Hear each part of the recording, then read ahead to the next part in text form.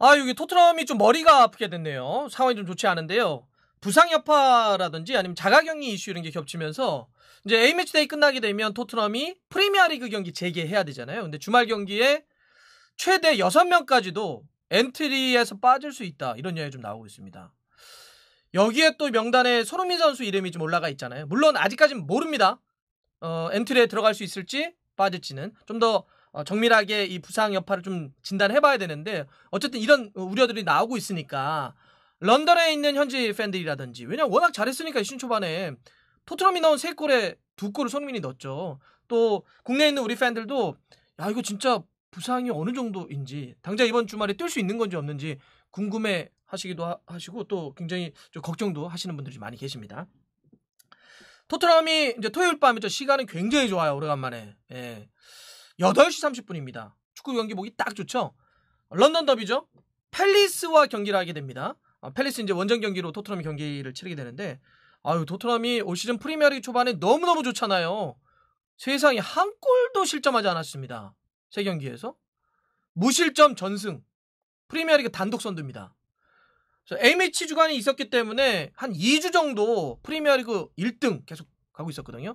근데 이번 주말에 자칫 잘못하면 흔들리면 그 1위가 약간 2주 천하로 끝날 수 있기 때문에 토트넘에게나 혹은 지금 선두권 싸움을 하는 초반의 어떤 레이스 다툼에 있어서나 이 경기 상당히 중요하고 토트넘의 그런 이제 변수들이 얼마나 잘 메워질 수 있을 것인지 혹은 복귀할 수 있을 것인지 이런 것도 아주 초미의 관심이라 볼 수 있습니다. 자, 일단 부상자들이 좀 많이 있는데 손흥민 선수에 대한 걱정 좀 많이 하시죠.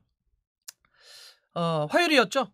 우리가 최종 예선 2번째 경기 레바논과의 경기를 했는데 그 경기 하루 전에 이제 훈련을 하면서 손흥민 선수가 종아리 쪽에 약간 좀 느낌이 안 좋은 느낌을 좀 받았다고 해요. 약간 올라오는 느낌? 좀 무리하면 좀 안 좋을 것 같은 느낌. 그래서 의료팀하고 이야기를 해가지고 야 요거 무리하면 안 된다. 무리하게 되면 근육이 파열될 수 있기 때문에 이거 안정을 취해야 된다. 경기 뛰면 안 된다. 라고 해서 일단 레바논 경기는 뛰지 않았습니다. 그러니까 부상은 아니에요. 부상에 염려가 있기 때문에 약간 종아리 쪽에 약간 긴장의 어떤 느낌이 있기 때문에 휴식을 취했다고 보는 게 좀 더 정확한 표현입니다. 그러니까 이제 영국 돌아가서 토트넘에 또 의무팀이 있을 거 아닙니까? 그러면 좀 더 면밀하게 진단을 해볼 겁니다. 그래서 뛸 수 있는 몸 상태인지 아닐지 이거는 뭐 그냥 우리가 감각으로 이렇게 하는 것이 아니라 아니면 어떤 선수의 의지만 갖고 하는 것이 아니라 의학적인 정확한 소견 하에 아마 토요일 경기를 뛸 수 있을지 뛰지 못할지는 아마 거기서 결정을 할 겁니다. 근데 자 우리가 좀 계산해 볼 거는 뭐냐면 월요일 훈련에 손흥민 선수가 약간 종아리 쪽에 무리가 갔다? 그럼 화요일 경기는 일단 쉬었고요. 그러면 뭐 비행기 타는 시간까지 다 해서 보더라도 화, 수, 목, 금 한 4일 정도 쉬고 토요일 경기니까 5일째 실전 경기를 치러야 된다라고 하는 계산이 나오죠. 근데 그냥 푹 쉬고 바로 경기 또 뛸 수는 없죠. 뭐 약간의 러닝도 좀 필요하고 팀 훈련도 해야 되는데 그 한 4일, 5일 사이에 손흥민 선수가 얼마큼 그 종아리 어떤 긴장 관계를 좀 풀고 실전을 띄워줄 수 있을까? 요거는 아직까지는 좀 반반이지 않을까? 좀 생각 좀 해봅니다. 또 한 명의 이제 부상 선수는 누구냐?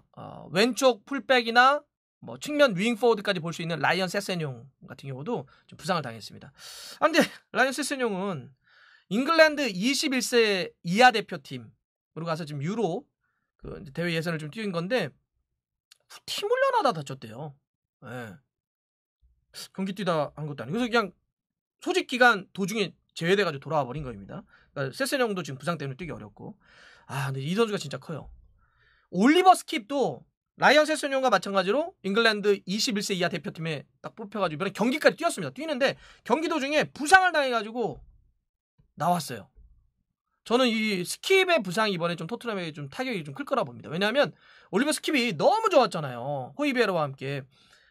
뭐 이제 유망주였는데 임대 갔다가 복귀를 했는데 와 뭐 완전 주전급이었고 실제로 프리미어리그 3경기 초반에 모두 다 선발로 뛰었잖아요.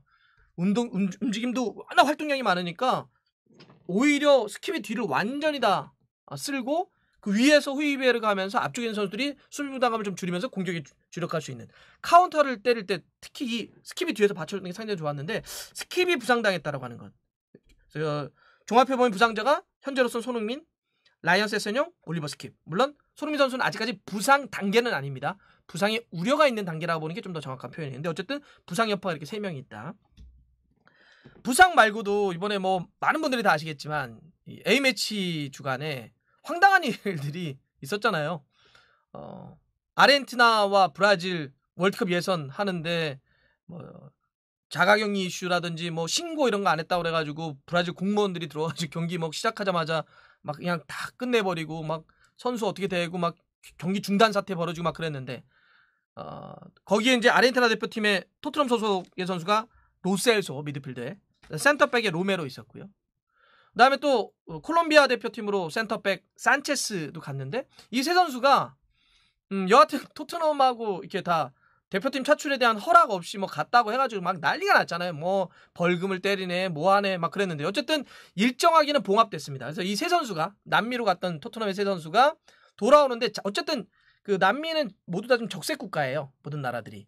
레드리스트에 있는 데기 때문에 바로 영국으로 오게 되면 자가격리를 또 오랫동안 해야 되는데 14일인가 해야 되기 때문에 크로아티아에 있다가 이제 넘어오겠다는 거예요. 그래서 크로아티아에서 거기서 이제 자가격리 기간도 좀 줄이고 그다음에 거기서 팀 개인 훈련도 하겠다는 건데 여하튼 로셀소 로메로 산체스는 이번 주말까지 무조건 못 들어옵니다.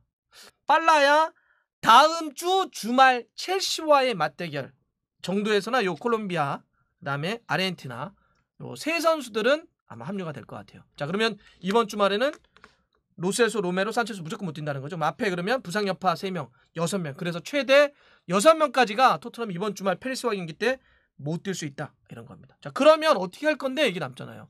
지금 그래서 토트넘 쪽에서도 난립니다. 이거 어떻게 메워야 되냐. 그쪽 현지 쪽에서 계속 그런 이야기를 하고 있는데 제가 봐서 일단 가장 큰 문제는 센터백이에요.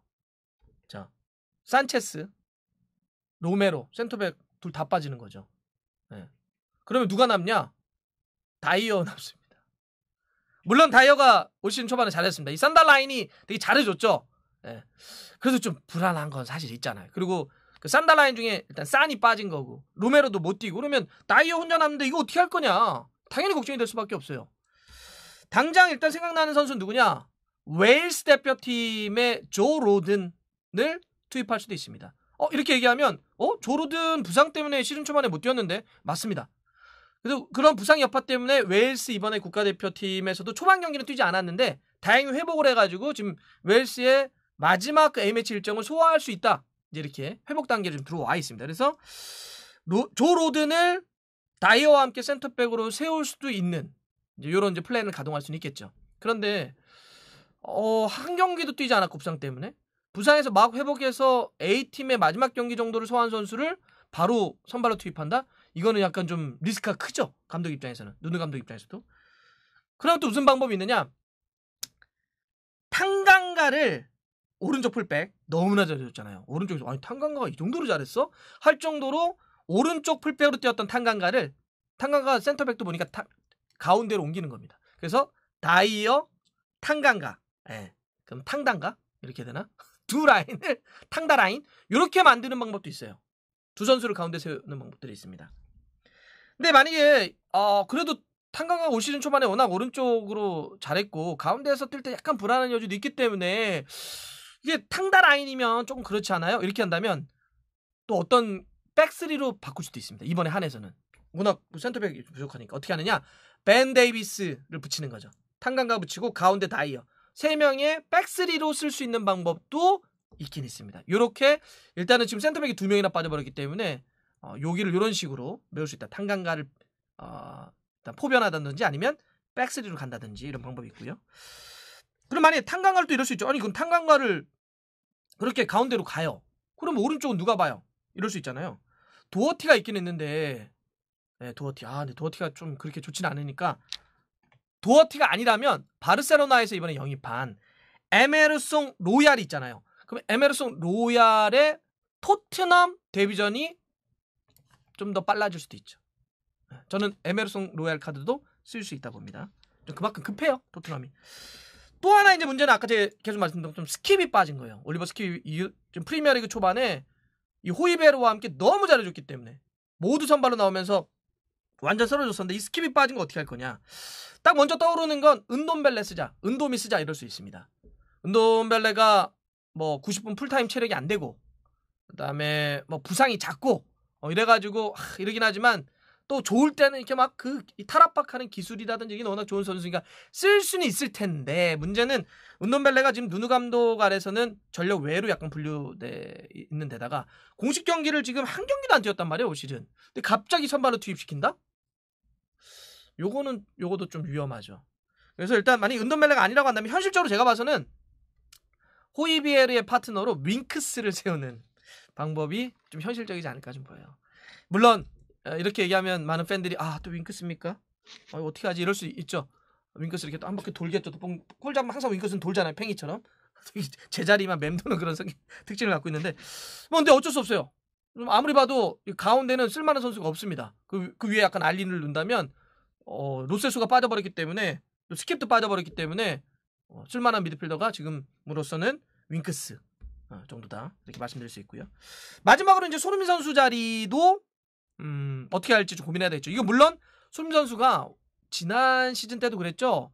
초반에 뭐 약간 햄스트링이라고 했는데 진짜 말도 안 되게 뭐 8일인가 일주일 만에 바로 경기 뛰었던 그런 기억도 있는데 근데 이거는 아까 했던 것처럼 손흥민 선수 의지의 문제가 아니라 의무팀이 정확한 의학적 소견을 낼 겁니다. 그래서 그거에 따라서 아마 출전 여부가 결정될 텐데 만약에 손흥민 선수가 뛰기 어렵다고 한다면 지금으로서 그냥 딱 떠오르는 3톱은 케인, 베르베인, 루카스 모우라 이렇게 세워놓는 거죠.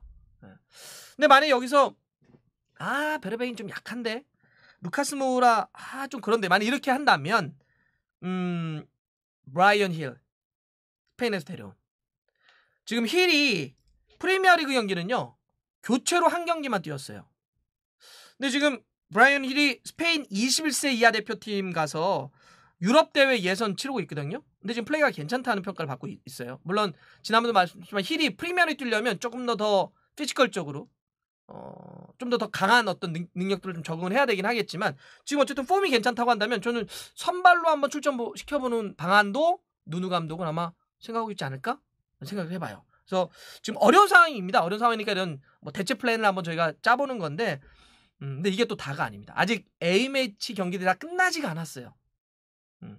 그래서 추가적으로 어떤 이슈가 발생할지 모르는 데다가 지금 말씀드렸던 6명, 최대 6명 중에 또 부상이 어떻게 회복을 하느냐 이런 것도 달라질 수 있는 가능성도 있습니다. 이건 좀 지켜는 봐야 되는데 여하튼 토트넘에게 이번 주말 토요일 밤 8시 30분 팰리스와 경기는 이 3전 전승의 흐름을 이어가느냐 혹은 우리 그런 얘기 했거든요. 토트넘이 일단 일진들은 일단 어느 정도 잘 꾸려진 것 같은데 장기 레이스를 놓고 봤을 때 부상자가 만약에 좀 겹치면 이거 어떻게 할까? 플랜 B, 플랜 C를 어떻게 가져갈까? 이거는 좀 지켜봐야 되지 않아? 그런데 좀 일찍 온 거예요. 그런 변수가. 이걸 누누 감독이 어떤 식으로 풀어낼지 이걸 지켜보는 것도 재밌을 것 같아요. 올 시즌 전반적인 어떤 토트넘의 그런 상황이 왔을 때 어떻게 대처하는지도 미리 보는 거고요. 네. 토요일 밤 재밌겠죠? 함께 오시죠.